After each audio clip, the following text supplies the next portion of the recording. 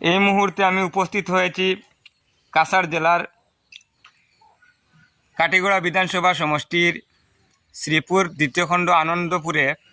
এখন শ্রীপুর দ্বিতীয় খণ্ড আনন্দপুরের যিনি আশার কাজ করেন ওনার ঘরে উপস্থিত হয়েছি, ওনার ডাকে সাড়া দিয়ে ওনার কাছ থেকে জানবো উনি কী জন্য আমাকে ডেকেছেন বা ওনার কী সমস্যা হয়েছে।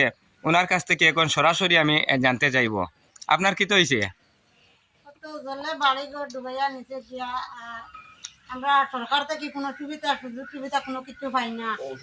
আর ঔষধপত্র আমি মনে করো আমার গর্ভধারিণী বেটি না আছেন, বাচ্চা আলা মা আছেন, এরারও কোনো কিছু কোনো সারাশব্দ কোনো কিছু পাই না। কোনো কিছু দিলে তো আমরা পাইতাম, পাইলে তো আমরা মানুষের সেবা করতাম। রিলিফও নাই, এরপরে কোনো মন্ত্রী মিনিস্টারকে আমরা খবর চিন্তা লই না। আচ্ছা, এখন আপনি যেখানে দাঁড়িয়ে আমার সাথে কথা বলছেন, এটা কি আপনার নিজস্ব ঘর?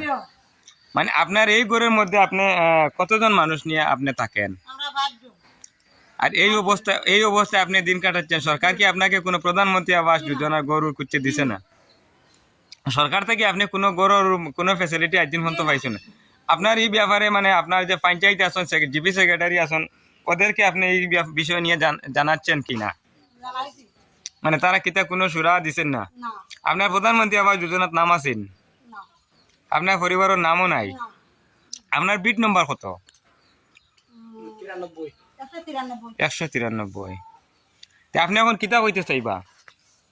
তো আমরা সরকার থেকে তো সাহায্য সহায়তা করবে। মানে শুধুমাত্র আপনি আপনার নিজের কথা মানে তুলিয়া, আমার গ্রামাঞ্চলে যত আছে কেউ আমরা কোনো কিছু পাইছি না। মানে আপনি এই কথা কইতে চাইছিলা গ্রামের জনসাধারণের সরকারি সুযোগ সুবিধা দিতা সরকারে, আর আপনার মানে নিজের গরর লাগিও মানে সুযোগ সুবিধা আপনি চাইছিলা। আমার গাঁও গলে কোনো মানুষে অনেকের ঘর দরজা ডুবাইয়া গিয়ে আমরা এগ্রিকালচারও আছে, অনেক বাড়ি তো আছে। আপনার নাম কিটা? মমতাজ বেগম লস্কর। মানে আপনি আসার কাজ কতদিন থেকে কোনটা? 2009 থেকে। তখন ফোন তো করিয়া যাইছিলা। অত কম পয়সা আপনি বেতন পাইছিলা সরকারের কাছ থেকে, আর আপনার সরকারে এখন পর্যন্ত কোনো একটা গড়ের সুবিধা দিল না। এটা তো বড় দুঃখজনক বিষয়।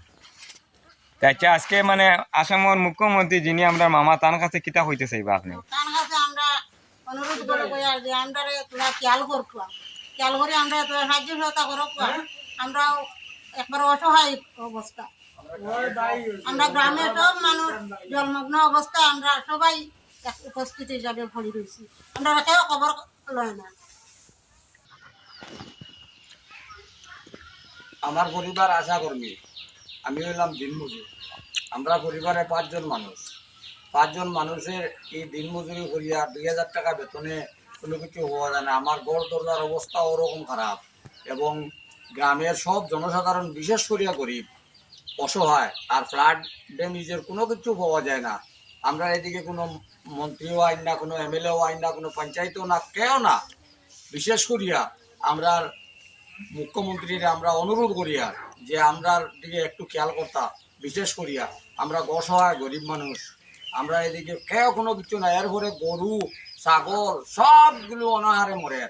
বর্তমানে মেইন রোডের মধ্যে রাখা, কোনো কিছু খাওয়াইবার মতো নাই, কোনো উপায় নাই, কোনো সরকার থেকে কোনো কিছু হওয়া হয়েছে না, এবং সরকারি কোনো রিলিফও আমরা এদিকে আইছে না।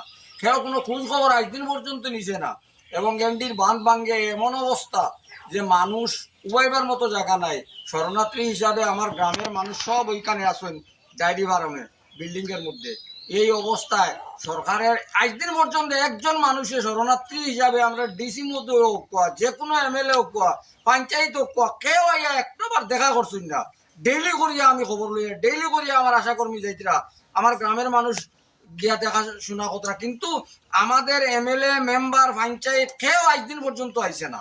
এই পর্যন্ত দুঃখ যে আমরা ফ্লাড এফেক্ট এই অবস্থায় একদিনের মধ্যে আমার এত অঞ্চল বাসান হয়েছে জলে, কিন্তু কোনো এমএলএ পঞ্চায়েত কেউ আইছে না। আমরার দিকে খবর লয় না। বর্তমান অবস্থায় মানুষ গরু লইয়া কি অবস্থা, গরুর খানি নাই, মানুষের অবস্থা বেহাল, কিন্তু কেউ আয় না। ডিসি গত ইলেকশন ফ্লাডের সময় ডিসি আইছিল কাছাড় ডিস্ট্রিক্টের, কিন্তু এই ফ্লাডের সময় আমরা কাছাড় ডিস্ট্রিক্টর নাই। বর্তমানে হাইলাকান্দির এরিয়াতে আমরা নেওয়ার কথা, নিচেও মনে হয় জানি না আমরা, কিন্তু হাইলাকান্দির ডিসিও নাই। কেউ আমরার দিকে একটুকু লক্ষ্য করে না। কারণ কিটা, আমরা কোনো অপরাধী নি না, আমরা কোনো বুট দেই না। আমরা তো যেদিকে চাইছেন আমরা ওদিকে বুট দিছি, বিজেপির লাগিয়ে বুট দিয়ে আমরা এই অবস্থা। আমরা কি অপরাধ করছি? মামায় তো একদিকেও খেয়াল করে না, একদিকে আমরা মামায় মুসলমানদের কত ফেসিলিটি দেখাই দিলা, কিন্তু আমরা কোনো ফেসিলিটি পাই না, জনসাধারণের কোনো খবরও লয় না। কি অবস্থা? আমরা কি অপরাধ করছি? আর না হয়তো আমরা ভোট দেই না, না আমরা নাগরিক নাই, আমরার তো বাবার লিগেসিও আছে, আমরারও লিগেসি আছে, সব আছে, তাইলে আমরা কি দুঃখ? এই অবস্থায় আমরা কোনো খবর লওয়া হয় না, কারণ কিটা আমরা কোনো কিছু বুঝতে পারছি না। মুখ্যমন্ত্রী মহোদয় এবং ডিসি এমএলএ সবারে আমার কাছে জুড়াতে আমরা দিকে একটু খেয়াল করুন, আমরা কি অবস্থায় আছি।